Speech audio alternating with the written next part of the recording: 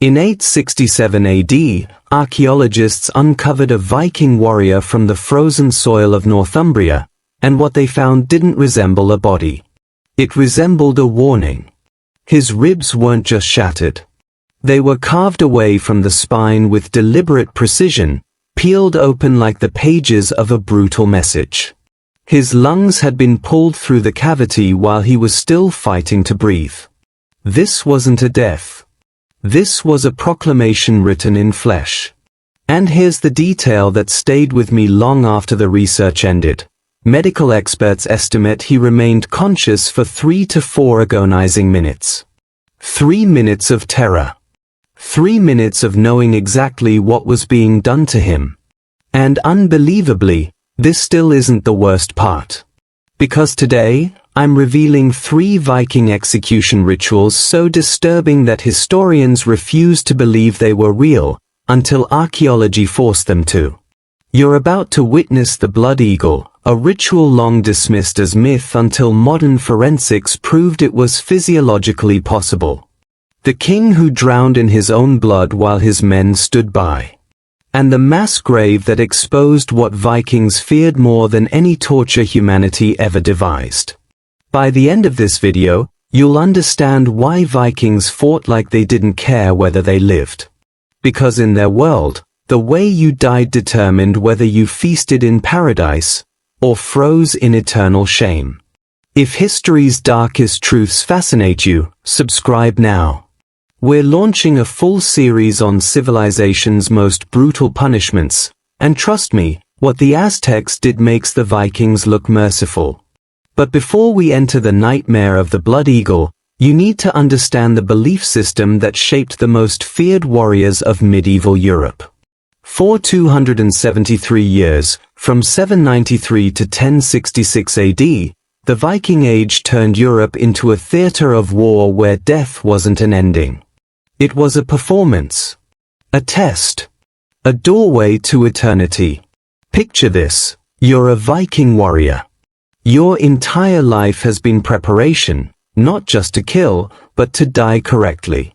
In Norse belief, death wasn't binary. It wasn't alive vs dead.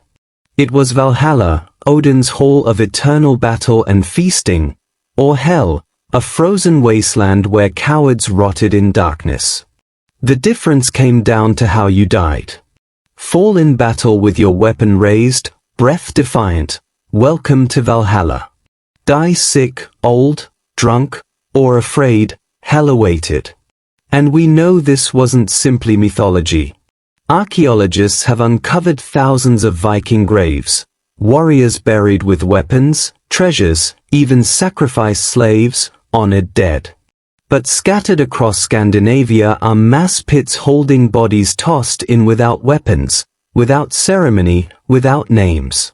These were the shamed dead, and Vikings feared becoming one of them more than any blade. But here's the part no one ever tells you. Vikings didn't just want a violent death. They wanted a memorable one. They wanted skalds to sing of their ending for centuries, for their final breath to be so unforgettable that Odin himself would hear it. This obsession led to something terrifying, a culture where executions became theater, where rulers used death as public spectacle, where punishment was crafted not to kill quickly, but to echo across generations.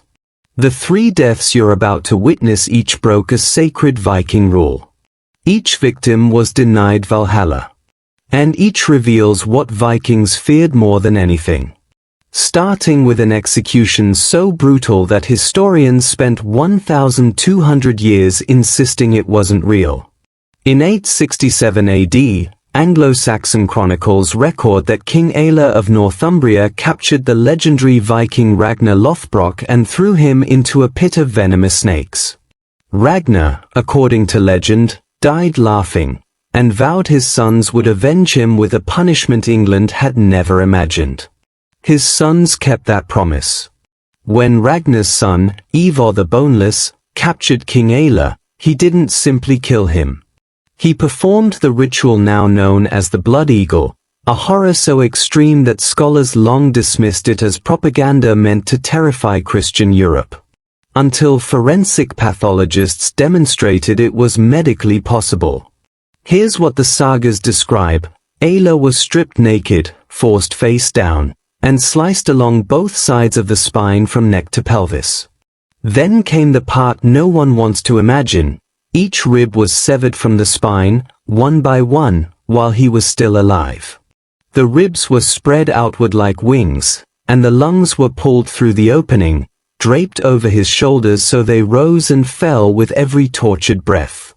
The blood eagle appears exactly 4 times in the sagas. 4 mentions across independent texts. But here's the issue, none of them are eyewitness accounts. So for over 1,000 years, historians dismissed the ritual as exaggeration. Don't click away yet, because the forensic evidence is about to get even darker. In 2003, a team of physicians and Viking Age specialists at the University of Iceland set out to answer a single question: was the blood eagle actually possible? Their conclusion was chilling. Yes. If carried out by someone with anatomical precision, and Vikings certainly had that from battlefield experience, a victim could remain fully conscious through the entire ritual for 3 to 4 agonizing minutes. The key was precision. Avoid the major blood vessels, and the victim wouldn't die from immediate hemorrhage. Cut too deep, and the ritual ends in seconds, a failure. But cut just right, and the ribs could be separated without severing the aorta. The victim would die slowly, from shock and blood loss, but only after experiencing every unbearable moment. We've never found undisputed archaeological proof of a blood eagle victim, because the skeletal damage would look identical to post-mortem butchery. But in 2020, excavations in Lund, Sweden uncovered a male skeleton with rib damage consistent with the ritual. Scholars still debate whether it happened before or after death, but here's what we do know. Whether the blood eagle actually happened or not.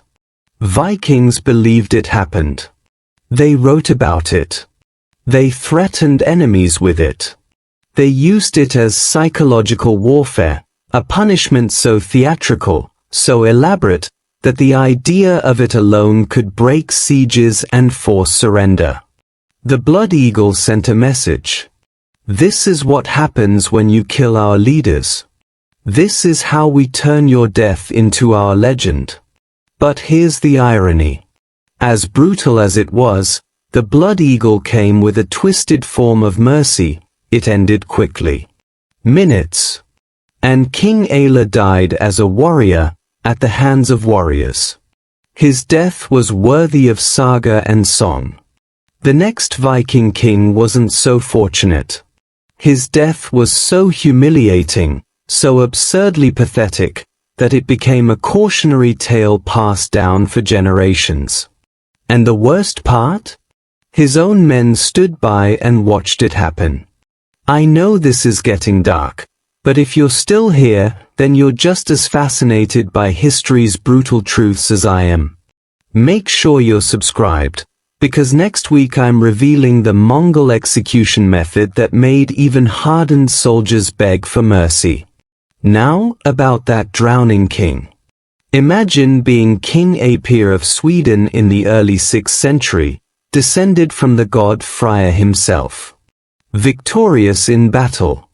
Revered by your people. A ruler worthy of legend. You travel to Denmark to visit your friend, King Frodi, for a massive feast celebrating years of peace. The mead is flowing, and this wasn't ordinary alcohol.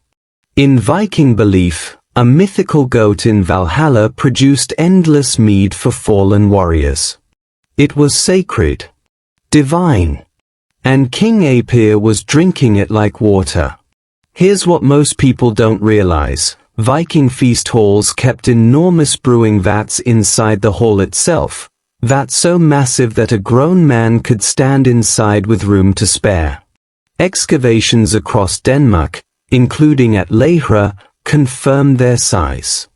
According to the Heimskringla, written by Snorri Sturluson, King Aepir woke in the middle of the night, still drunk, stumbling through the dark hall in search of a place to relieve himself.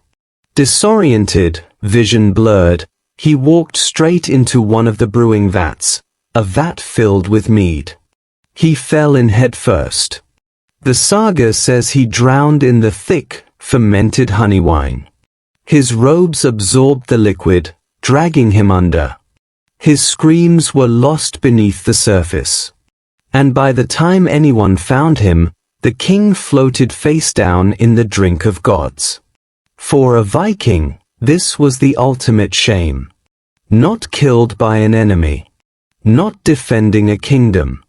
Not dying among loved ones. But drunk, alone, drowned in mead, the sacred drink of warriors, while his own men slept nearby. But here's what nobody tells you. This was almost certainly not an accident. Modern historians re-examining the saga and the archaeological layout of Viking halls noticed something obvious. These vats were enormous, permanent fixtures. Anyone familiar with the building would know exactly where they stood. Even drunk. Even half-blind in darkness. You don't just fall into one. The leading theory? King Aepir's men, or even his host, King Frodi, arranged his death and staged it as an accident. Maybe he became a political burden. Maybe succession hung in the balance. Maybe peace wasn't profitable for warriors who craved raids and plunder. But the true punishment came after death. Vikings who died shamefully weren't buried with weapons. And without a weapon in your grave, you had no way to fight your way into Valhalla. You were marked for eternity as a coward. Aepir's grave held no weapons, no treasures, just a body in the earth and a name forever tied to a pitiful, shame-soaked death. His suffering ended quickly, probably within minutes, as the mead flooded his lungs. But imagine the terror of dying drunk, alone, in suffocating darkness, knowing that every Viking who heard your story would mock you for centuries. Now imagine something worse, suffering for 9 days while crows circled overhead, knowing exactly how and when you would die, and choosing that death because the alternative was far more horrifying. In 922 AD, an Arab diplomat named Ahmed ibn Fadlan traveled north as part of an Abbasid embassy. His mission was political. His purpose was religious. But what he witnessed on the Volga River became the most detailed, most disturbing eyewitness account of Viking death rituals ever recorded. And unlike the sagas written centuries later, Ibn Fadlan wrote what he saw as it happened. He encountered a group of Rus Vikings mourning their chieftain. The man was dead, and by their customs, someone had to accompany him into the afterlife. Not just anyone. A volunteer. A person who would be sacrificed to serve him in Valhalla. A slave girl stepped forward. Here's what makes the story ice cold: she volunteered. When Ibn Fadlan asked, through translators, why anyone would willingly choose death, he was told slaves who died this way were promised honor in the afterlife, freedom through sacrifice, and compensation for their families. Remaining alive meant continued slavery, being sold again, or dying forgotten. To her, that fate was worse. For 9 days, they treated her like nobility: fine clothes, jewelry, food, wine. Viking women sang with her. Men honored her. They called her the chieftain's bride, preparing for their journey together. Ibn Fadlan watched as she visited 10 different tents, each one with a man waiting inside. The manuscript states plainly, she had ritual intercourse with each man while others observed. And each man told her, "Tell your master, I only did this out of love for him."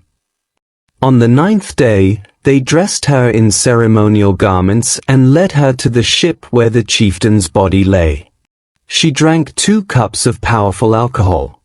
Then they lifted her onto the ship. This is where Ibn Fadlan's account becomes almost impossible to read. An old woman known as the Angel of Death, the one who performed all sacrificial killings, waited beside the corpse. As the girl whispered her final prayers, 6 men entered the tent. They gave her more drink until her words slurred. Then they laid her beside the dead chieftain. 2 men held her legs. 2 held her arms. 2 wrapped a cord around her neck, pulling it tight from both sides, while the Angel of Death drove a broad dagger between her ribs again and again. Ibn Fadlan wrote that the cord was pulled so violently she couldn't scream. The stabbing continued while she was being strangled, ensuring her death was quick, but violent enough to satisfy the ritual. Then they burned the ship with both bodies aboard. Modern archaeologists have uncovered multiple Viking ship burials matching Ibn Fadlan's description. 2 bodies, 1 high status, 1 lower. Burn marks. Grave goods indicating both honor and servitude. This wasn't rare. This was protocol. But the psychological horror isn't just the violence. It's the choice. This girl had 9 days to understand her fate, to think about it, sing about it, drink through it, and convince herself she was rising from slavery into glory. The Vikings didn't just kill her, they made her believe death was the better option. And here's the part that chills the spine. Even this was considered an honorable death. She died with ceremony. With purpose. Witnessed by her community. Her story carried across continents and survived 1,000 years. There was a death Vikings feared far more. A death without glory. Without song. Without even the mercy of an enemy blade. Repton, England. 873 AD. When archaeologists dug beneath an old church in the 1980s, they expected Anglo-Saxon graves. Instead, they uncovered a charnel house, 264 Viking warriors buried together in a mass grave that exposed the great heathen army's darkest secret. These men didn't die in battle. They died from disease. And to a Viking, that was worse than any torture humanity could invent. Modern forensic analysis revealed signs of a devastating epidemic, likely typhoid or dysentery, that tore through the encampment. Carbon dating confirmed the burial took place in the winter of 873 to 874 AD, the exact moment the Anglo-Saxon Chronicle reports something strange. The Great Heathen Army, the largest Viking invasion force ever gathered, suddenly halted its conquest and retreated. Not because English armies defeated them. Because germs did. Now imagine this through the eyes of a Viking warrior. You've survived impossible sea voyages. Fought through shield walls. Endured sieges that would break lesser men. Your scars are proof of your courage. You're part of the legendary force that crushed half of England. You're certain you'll die gloriously, weapon in hand, and drink mead with Odin in Valhalla. Then, within days, you get diarrhea. You can't stand. You can't lift your sword. Your brothers in arms watch you fade, powerless to help. No enemy blade. No glory. Just a body collapsing from disease. And deep inside, you know the truth every Viking feared. Dying like this means eternal shame. No Valhalla. No saga. No honor. The excavations at Repton revealed something heartbreaking. The Vikings tried, desperately, to fix the Dishna. When archaeologists studied how the corpses were arranged, they noticed something unusual. At the center of the mass grave was a single warrior, placed with slightly more care. Around him, the bones of other warriors had been deliberately rearranged, femurs laid in patterns, skulls positioned to face him, forming a kind of posthumous honor guard. They were trying to give him the warrior's burial disease had stolen from him. They were attempting to trick the gods. But the DNA analysis revealed something even more devastating. When researchers tested the bones, they discovered that about 20% of these warriors had healed battle wounds, mended fractures, old blade cuts, scars etched into bone. These were not young recruits. These were veterans who had survived multiple battles, earned their place in the shield wall, proven their courage again and again. They lived through every sword, every spear, every axe swung at them, and died shitting themselves in a disease-ridden winter camp. This was the Viking nightmare. Not pain, not torture, not even death, but dying without witness, without meaning, without a story that would carry their name to Valhalla. The Blood Eagle victim? At least he died memorably. The drowned king? His tale spread across lands. The sacrificed slave girl? Her death had purpose in Viking eyes. But these 264 warriors, their deaths were exactly what Vikings spent their entire lives trying to avoid. Unmemorable, inglorious, shameful, and no amount of carefully arranged bones could erase that. The great heathen army never truly recovered. They regrouped, but the psychological damage was irreversible. Word spread from England to Scandinavia. The gods had judged them unworthy, and disease was the punishment. And the consequences turned darker. After Repton, Viking executions became more brutal, more theatrical, more spectacular. Because if shameful death was now a real possibility, you had to guarantee that any enemy you killed died in ways no one would ever forget. Deaths so shocking that poets had to sing about them. Pain turned into performance. Violence transformed into insurance against cosmic obscurity. The Blood Eagle. Ritual sacrifices. Punishments designed to echo through centuries. These weren't just cruelty, they were a last, desperate scream. Remember me. Honor me. Don't let me die forgotten. And even though the Vikings lost England, even though Christianity replaced their gods, their obsession with meaningful death reshaped medieval warfare across Europe. Armies surrendered without fighting after hearing these legends. Execution sites became warnings. And every medieval fantasy you've ever watched, Game of Thrones, Vikings, The Last Kingdom, borrows directly from these horrors. Archaeology keeps confirming it. Every few years, a new site proves the sagas weren't exaggerating. As recently as 2024, a site in Norway uncovered over 40 bodies showing signs of systematic torture and ritual killing. We turned their nightmares into entertainment. Their terrors into tropes. But we forget something crucial. They weren't monsters. They were humans who believed so deeply in their afterlife that they built an entire culture around dying correctly. To them, shameful death wasn't temporary. It was eternal. So now the question comes back to you. Which death would terrify you the most?